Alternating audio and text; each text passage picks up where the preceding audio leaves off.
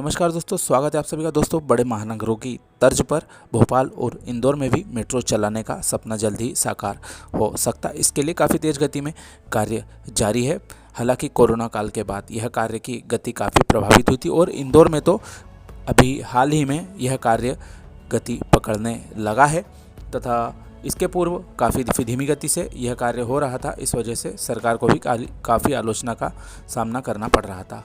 साथ ही उज्जैन और इंदौर के बीच में भी सांवेर होकर मेट्रो चलाने संबंधी जो खबरें आ रही थी, इसको आगे बढ़ावा देते हुए मध्य प्रदेश के मुख्यमंत्री श्री शिवराज सिंह चौहान जी ने इंदौर में आयोजित एक कार्यक्रम में हाल ही में इस प्रोजेक्ट को मंजूरी दे दी है। अच्छा है कि जो महाकुंभ हर 12 वर्ष में उज्जैन में आयोजित होता है, इसके पहले उज्जैन से इंदौर के बीच में यह मेट्रो दौड़ने लगेगी। साथ ही जो रेल और सड़क मार्ग है उस पर लोड कम हो जाएगा। इस मेगा प्रोजेक्ट के लिए उज्जैन के क्षेत्रीय सांसद श्री अनिल फिरोजिया जी करीब 3 वर्ष से प्रयास कर रहे थे। पूर्व में इसको क्षेत्र के अधिकारियों के द्वारा खारिज कर दिया गया था, लेकिन अब फिर से यह प्रस्ताव उनके द्वारा भेजा गया। तो गत दिसंबर में इंदौर में जो मेट्रो स्टेशन के भूमि पूजन कार्यक्रम में पधारे मुख्यमंत्री महोदय के द्वारा सकारात्मक रुख इसके लिए अपनाया गया। तो इसको देख के उम्मीद जगी थी कि उज्जैन से इंदौर के बीच में मेट्रो को स्वीकृति दी जा सकती है। तो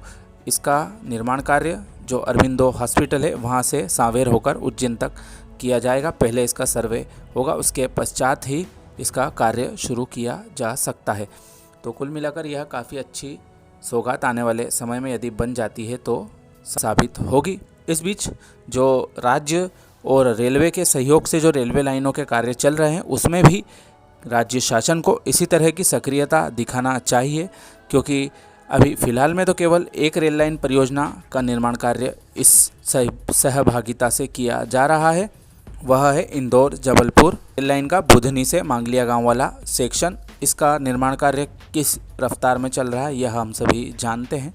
तो राज्य शासन को इस महत्वाकांक्षी परियोजना के लिए भी प्रयास करना चाहिए, क्योंकि यह राज्य शासन और केंद्र दोनों के सहयोग से ही बन रही है और काफ़ी लंबे समय से इसका कार्य धरातल पर बिल्कुल भी दिखाई नहीं दे रहा है। तो कम से कम जो राज्य शासन के द्वारा विभिन्न रेलवे प्रोजेक्टों में भूमि संबंधित और अधिग्रहण तथा वन अनापत्ति संबंधी जो कार्य होते हैं उसकी तरफ ध्यान दिया जाए, क्योंकि हम लंबे समय से देख रहे हैं कि विभिन्न रेलवे परियोजनाओं में भूमि अधिग्रहण में स्थानीय प्रशासन किस प्रकार की रुचि ले रहा है और साथ ही जो वन अनापत्ति होती है उसमें भी काफ़ी लंबा समय स्टेज 1 क्लियरेंस के लिए लग रहा है। ऐसी बहुत सारी रेलवे परियोजनाएँ लंबित इन्हीं आपत्तियों और अनापत्तियों को लेने में चल रही हैं।